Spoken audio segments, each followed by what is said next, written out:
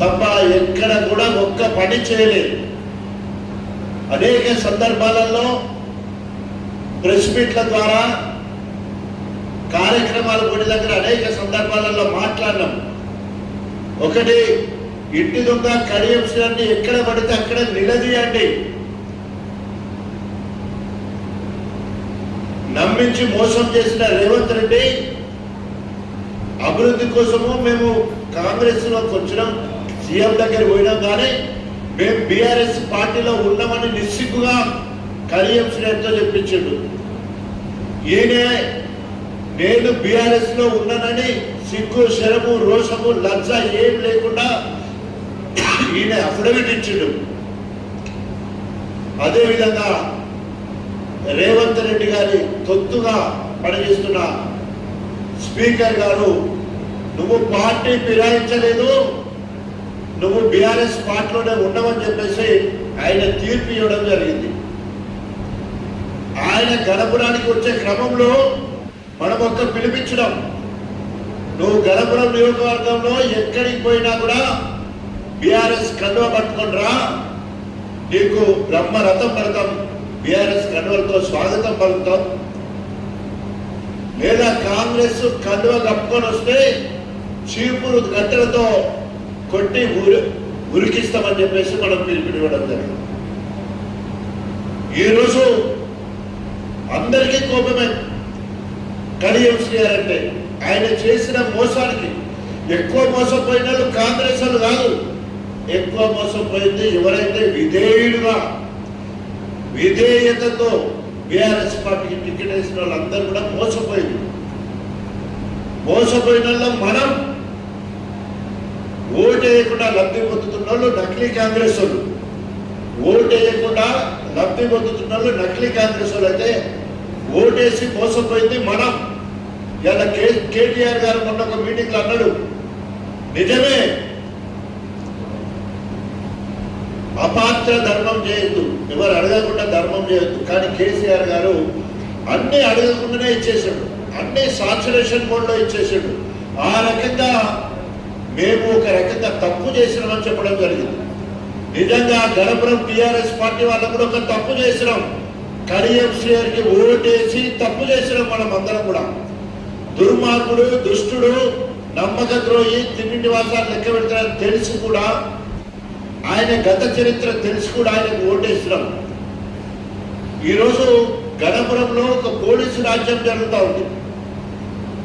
6 కిలోల బియ్యం ఇవ్వడానికి 60 మంది పోలీసులను తీసుకొస్తా ఉన్నాడు. ఒక మండలంలో కళ్యాణ లక్ష్మి సీఎంఆర్ఎఫ్ ముఖ్యమంత్రి సహాయ నిధి చెక్కులు ఇవ్వాలని గతంలో కేసీఆర్ ఇచ్చిన, ఇప్పుడు ఇస్తున్నా కూడా ఆ బియ్యాలంటే కూడా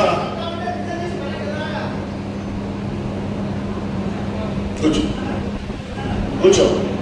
కాబట్టి దయచేసి కడియం శ్రీ గారు ఏం ప్లాన్ చేసుకున్నాడంటే, ఏ కార్యక్రమం అయినా కూడా మండల స్థాయిలో చేస్తే నాకు కష్టం ఉండదు, ఊర్లలోకి పోయే కార్యక్రమం చేయట్లేదు.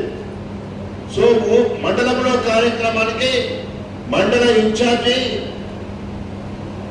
నియోజకవర్గానికి సంబంధించిన ఈ మండలానికి సంబంధించిన లీడర్లు అందరూ కలిసి మండల స్థాయి కార్యక్రమం చేయాలి.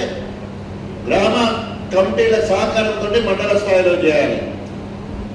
ఏ ఊర్లో కార్యక్రమానికి కడియం శ్రీ వస్తే అక్కడ బీఆర్ఎస్ శ్రేణులు ఎదురు తిరగాలి. ఇది మనం చేయాల్సింది. ప్రతిపక్షంగా నాయకులు కావాలి, రేపు సర్పంచ్ ఎంపీటీసీ కావాలి, రేపు జెడ్పీటీసీ కావాలి, రేపు గ్రామ అధ్యక్ష పదవి కావాలి, గ్రామ జనరల్ సెక్రటరీ కావాలి, మండల అధ్యక్ష పదవి కావాలి, మండలంలో జెడ్పీటీసీ కావాలి. ఇవన్నీ కావాలంటే మన పనితరమే గీటురాయి. మనం ఏంటి మన పనితరము అంటే, మన ఊరికి కడియం శ్రీ ఏ కార్యక్రమం నన్ను వచ్చేది ఉంటే కడియం శ్రీ అన్ని నిలదీసే హక్కు ప్రతిపక్షాలది. కడియం శ్రీని నిలదీసే హక్కు బీఆర్ఎస్ నాయకులకు ఉన్నది. రాజీనామా చేయమనే హక్కు బీఆర్ఎస్ శ్రేణులకు ఉన్నది. ఎందుకంటే చాలా మంది ఇప్పుడు భయపడుతున్నారు, పోలీసులు అరెస్ట్ చేస్తారు కావచ్చు. ఎంతమందిని అరెస్ట్ చేసి ఎంతమంది జైలు పోయినా, ఎంతమంది మీద కొట్టిండ్రు, వెనుకట రోజులు కాదు, పోలీసులు కొట్టే రోజులు ఎప్పుడో పోయినాయి. దయచేసి కార్యకర్తలందరూ కూడా గుర్తుంచుకోవాలి. కడియంశాన్ని ఎక్కడికక్కడ నిలదీయండి. ఇచ్చిన హామీలు ఏ ఒక్కటి కూడా నెరవేరలేదు. మహిళలు ముఖ్యంగా తిరగబడాలా. పోయినట్టు కళ్యాణ లక్ష్మి చెక్కు తీసుకోవడానికే పోవాలి, కానీ ఆ తల్లే అయాకి కళ్యాణ లక్ష్మి ఇస్తున్నావు, తులం బంగారం ఏదని అడగాలి. మనం తయారు చేసి ఆ కళ్యాణ లక్ష్మి చెక్కు తీసుకున్నప్పుడే మన తల్లులకు చెప్పాలి.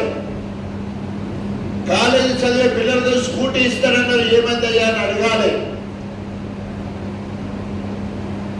ఇంటింటికి మహాలక్ష్మి పేరు మీద 2500 రూపాయలు నెలకి ఇస్తానన్నావు, ఏమైంది అని అడగాలి. అవి చెప్పే కదా కాంగ్రెస్ వాడు గెలిచింది.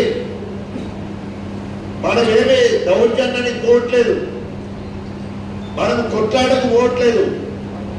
ప్రజాస్వామ్యంలో ప్రశ్నించే గొంతు ప్రతిపక్షాలది. మీరందరూ కూడా నాయకులు కావాలా. ఇవాళ మండలంలో ఒక మండల అధ్యక్షుడిని ఎన్నిక చేయాలంటే మండల స్థాయిలో అనేక మంది మండల అధ్యక్ష పదవికి పోటీ పడతారు. ఊర్లో సర్పంచ్ కావాలన్నా, లేదా గ్రామాధ్యక్షుడు కావాలన్నా, రేపు ఎంపీటీస్ కావాలన్నా అనేక మంది పోటీ పడతారు. మీ పనితనాన్ని ప్రతిపక్ష నాయకుడిగా ముందు మీరు నిరూపించుకోవాలి. ప్రతిపక్ష నాయకుడిగా నిరూపించుకోవడం కోసం ఈరోజు అధికార పార్టీలో ఉన్న జీవన్ రెడ్డి గారు తిరగబడి అక్కడ డాక్టర్ సంజయ్ ని కాంగ్రెస్ వాళ్ళు తీసుకుంటే అక్కడున్న కాంగ్రెస్ అయినా ఇలా 7 సార్లు ఎమ్మెల్యే గెలిచి 40 సంవత్సరాలు కాంగ్రెస్ లో ఉన్న నాయకుడు ఇవాళ బీఆర్ఎస్ పార్టీలో 20వ తారీఖు నాడు జైలు కాబోతా ఉన్నాడు. కేసీఆర్ రావాలి, రేవంత్ పోవాలి. ఏకైక నినాదం జీవన్ రెడ్డి ఇచ్చే పిలుపు ఏంటంటే కేసీఆర్ గారు రావాలి, రేవంత్ పోవాలి. ప్రజలను నమ్మించి నట్టేట నుంచి ఈరోజు ఏ ఒక్క హామీ కూడా నెరవేర్చలేదు. మీ అందరికీ చేతి నిండా పని ఉన్నది. నిజంగా ఏదో బీఫామ్ వస్తుంది, బీఆర్ఎస్ పార్టీ నుండి గెలిచిపోతాం అనేది కాదు. మనము బీఆర్ఎస్ పార్టీ కోసం ఏం చేసినాం? ఎప్పుడో 2001లో తెలంగాణ ఉద్యమం మొదలైనప్పుడు 2014 వరకు బాగా చేసినాం.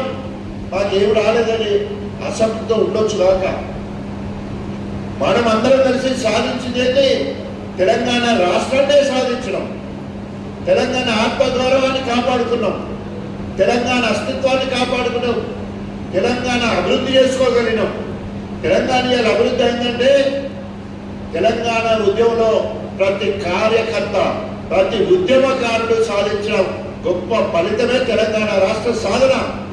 మనకు వ్యక్తిగతంగా ఏం ఒరిగింది అని ఒకసారి చూస్తే మన ఇంట్లో ఎవరికో ఒకరికి మేలు జరిగింది.